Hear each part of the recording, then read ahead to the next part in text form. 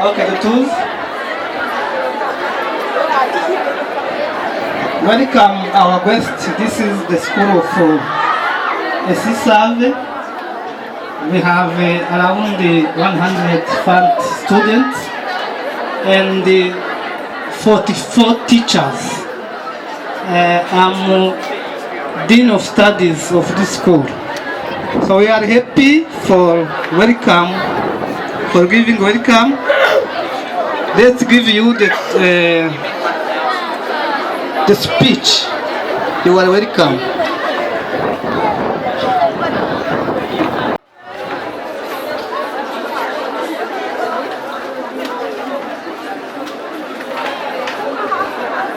Abari hara mwese mwegere hano. Young people. Hello.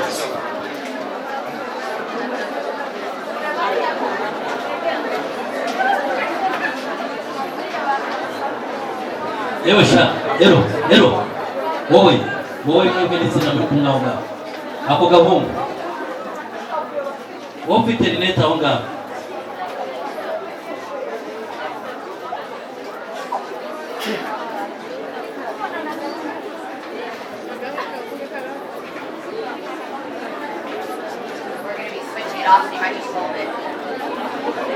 Ines ari senior one.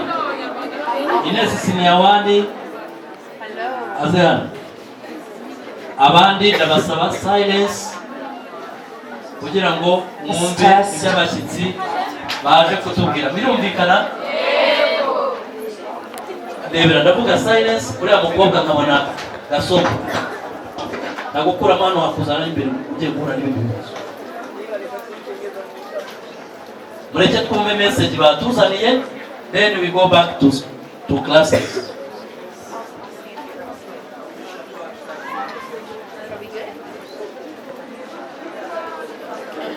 Hello. Hi. You can do better than that. Hello. Hi. Hi. Hello. Hello. Hi. Hello. Good job. Can we do it a little bit louder?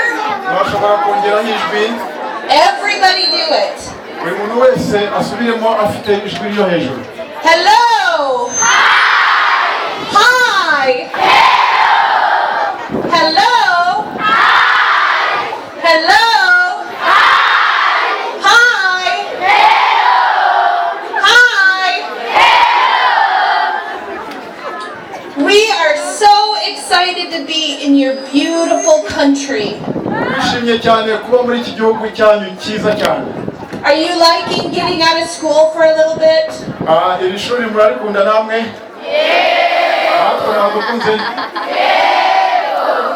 Our children are in school. Actually, our children are still sleeping right now.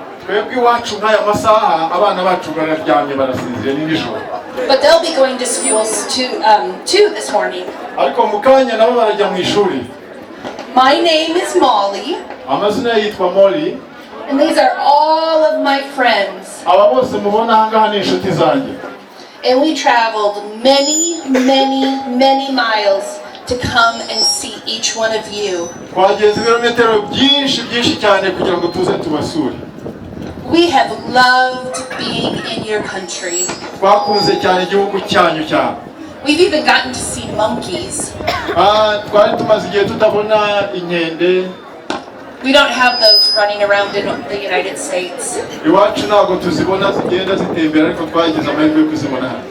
And today we have brought you a very, very, very important message. Uyu munsi rero turishimye kubana namwe kandi tuzi ko hari ubutumwa bwiza tuje kubagezaho.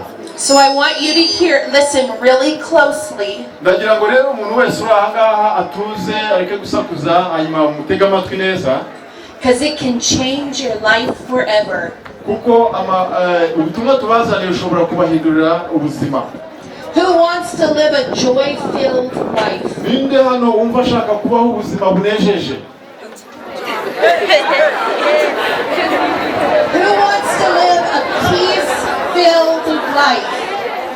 Ikindi kibazo, ninde ushaka kubaho mu buzima bufite amahoro asesuye?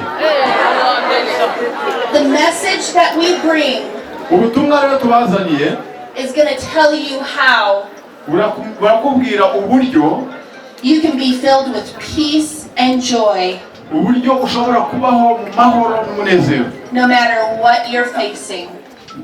Utitaye ku byo unyuramo byose.